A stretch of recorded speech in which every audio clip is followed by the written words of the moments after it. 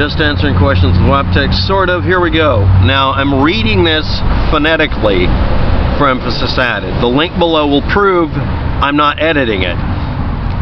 As a geologist, I have to comment on a mistaken impression you put forth in York video.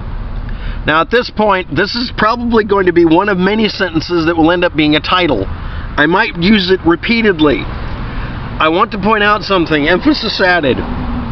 Please stop saying you have an expertise until the end of something. If I tell you, I am very sure that you loading up 2 different virus scanners and 2 different spyware scanners that run continually to monitor and protect your machine is a bad idea, because they will conflict with each other, because each will be practicing the same stealthing techniques and hide from each other and cause a problem. And then I could follow that up with, I'm one of the beta testers for literally every virus scanner at one time, because I was trying to be one and found that out, and every virus scanning company acknowledged that at one point and still does. It also helps to make sure that you have to pick one or the other, which they like for marketing reasons, but even though that is advantageous for them to have for marketing reasons, it is a bad idea to run more than one virus scanner at the same time. Running them sequentially or running one in the background and being able to pause it and run another one is actually a good idea. And some of them even let you do that cooperatively because they know about each other. But that means the virus can impersonate them, so I don't know if this is any good. But me saying at the end I was a beta tester a long time ago when I ran a shop doesn't, well, yeah, that offers a reasoning for it, but the first part should be, I'm going to give you a rational explanation, not, I'm a geologist, listen to me, or I'm a whatever.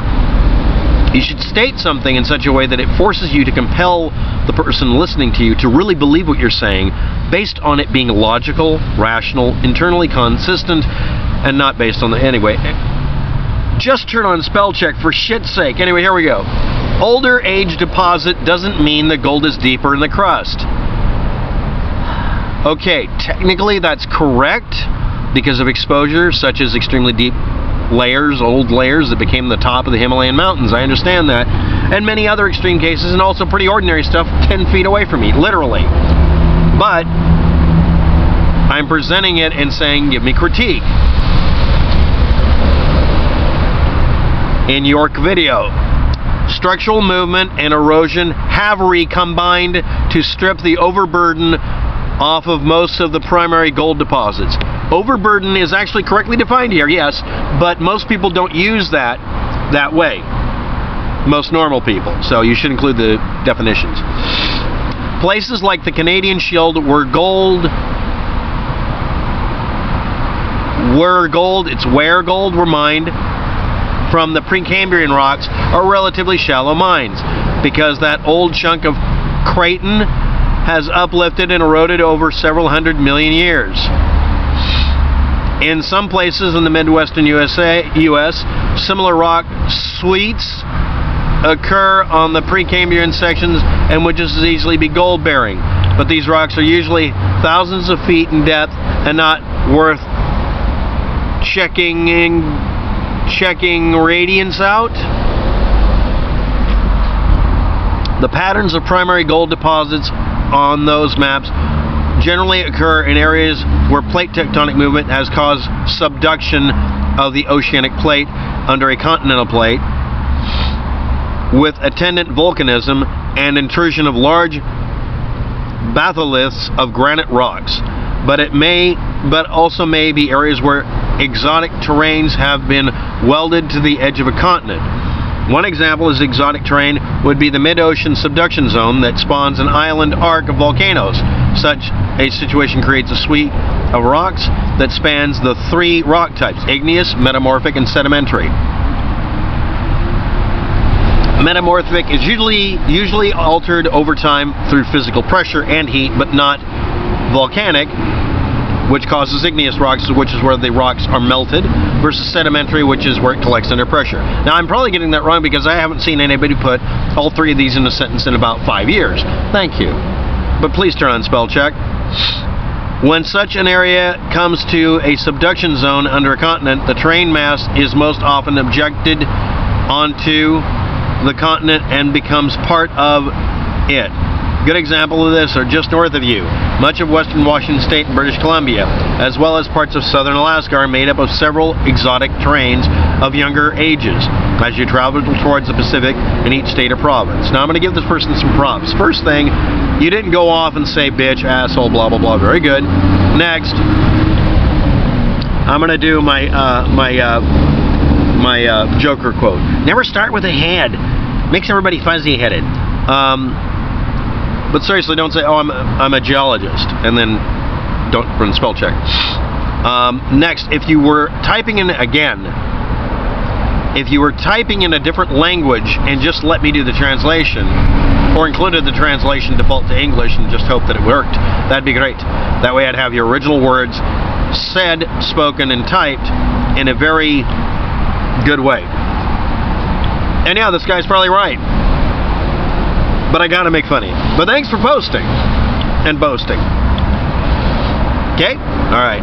Next. I wasn't going into the details of any of it. I was just pointing out age of rocks versus depth, most likely.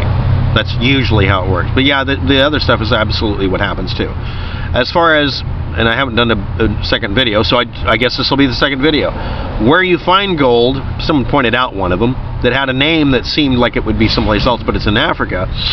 Places where uplift happens and volcanism does or does not produce more gold or other elements. Metals melt at a temperature that's different than stone. So you end up quasi-refining all of the materials by melting temperature out, or causing it to pool or collect. Yes or no? I'm asking this person to post that, because that was #1 in the series. There we go. But yeah, I'm going to say you're correct now, this part of the video. I'm being kind of a jerk because of what you typed, and mistaken impression you put forth in your video. Okay, we'll do that. But you got to admit, this is funny, so I archived it. Now we're going to get on to the other end of the spectrum here. Okay. I'm saying that previous person was smart. Let's say that, because that's probably true. Let's go on. You were, by the way. Next person. I'm not sure where you're getting this information, but it's not true. Okay, this will either be A, based on someone making assertions that are internally consistent, sane, rational, and based in reality, facts, and double-checkable data, or stuff we can't check unless we're a believer. The symbol on the dollar is Freemasonry, and they do not care if you're a Christian or Muslim or Catholic or Jehovah's Witness, as long as you believe in God in some capacity. Your assertion that the symbol on the dollar is Freemasonry is an ignorant-sounding statement. A symbol on the U.S. $1 bill was A, associated with Freemasonry, B, was adopted by Freemasonry, C, proves that the Freemasons are running the government, D, kill the child, frog's gay, you know, whatever it is you want to do. So let's go on. Then they lie to you about so-called secret revelations about God and Satan and all that, so that they can make you feel special and you want to stay in their secret club. That part I agree with, and that applies to every fucking group. Let's continue. But not necessarily to this one, but maybe. The people on top of Freemasonry run the world in many aspects. But does Freemasonry run any of it? Why are you bringing this up?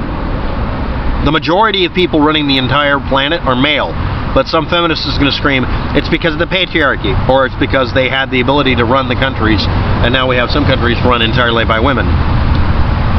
India is scary, and it was run by a woman for a long time, and that's when they were developing the nuclear warheads. Think slowly about not pissing off India or Pakistan. Please don't piss either of them off. Let them all be nice to each other eventually. Come on. My vote is they should have gladiatorial games involving nothing but soccer until they get it out of their systems. No, seriously, India and Pakistan, we need them to be very nice to each other, because people want to divide them by having them fight because they'll be less powerful. I welcome our Hindi overloads. So anyway, Bollywood it forever. They play soccer. It's weird. Anyway, let's go on. Yes, I'm being an ignorant American stereotype here on purpose, but let's continue. Look it up! Okay. It's not even secret.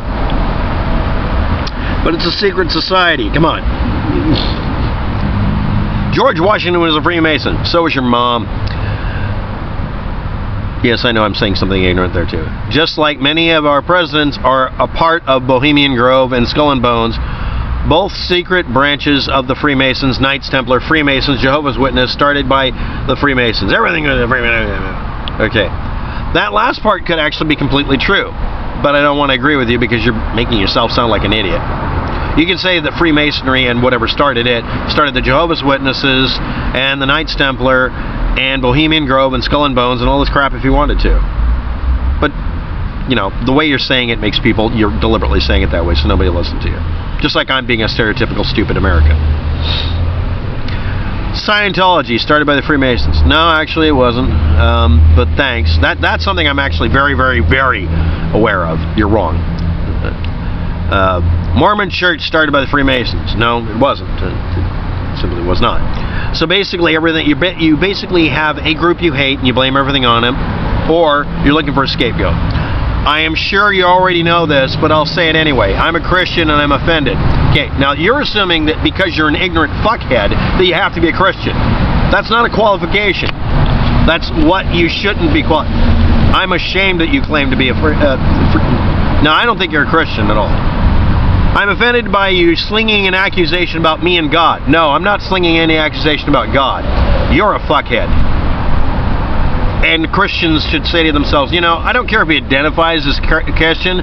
Somebody can identify as a Freemason or a helicopter. Doesn't change whether or not I'm associated with their shit. Yes, Christians shouldn't back each other up when they're stupid. You're a stereotype, but you're not a Christian. I'm serious. I know we do not control the government because if we did, we would be allowed to teach about God in school. No, because atheists like me run this planet, and we say no. Because when it comes down to it, people are asked, on a tactical basis, is it a good idea to have the Pope run the United States? The answer is no. For every religion running the United States. There you go. It's a secular society because it never worked the first 20 billion times you tried it. Your religion can't run my country any more than the Pope's. It's called the Pope test. Would you want the Pope running anything? No. Why? Because he's not an elected official. We can't fire him and jail him. And because he says it's not really this, but he's incapable of making an error. I'm not letting that fucker run my country. Nor yours. Yeah, the guy in your church. Your religion isn't allowed to run the United States. And let me reread this. We would be allowed to teach about God in school, and teachers could pray over their classrooms. Everybody in school has the right to pray if they want to. You're just not allowed to make it into a church. Because I said so. The secularists did it. Suck it. Christianity is a peaceful thing. No, it fucking hasn't been. Never has Christian a vile or if lived correctly, you're not violent. Meaning, if we obey you, you won't kill us. Fuck you. Is it offensive at times? Sure. Yes, because you're assholes and you're murderers. Jesus uprooted religion from Israel and changed its focus from rules to living well. Offensive to Israel at the time, which is always what God wanted for us. Freemasons might say they're Christians the same as Catholics and Jehovah's Witness, but it's not true. No, it's true Scotsman mode.